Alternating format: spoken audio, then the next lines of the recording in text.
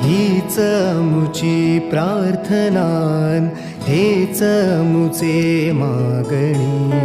हीच मुची प्रार्थनान, हेच मुचे मागणी. माणसाने माणसाशी माणसासम वागणे.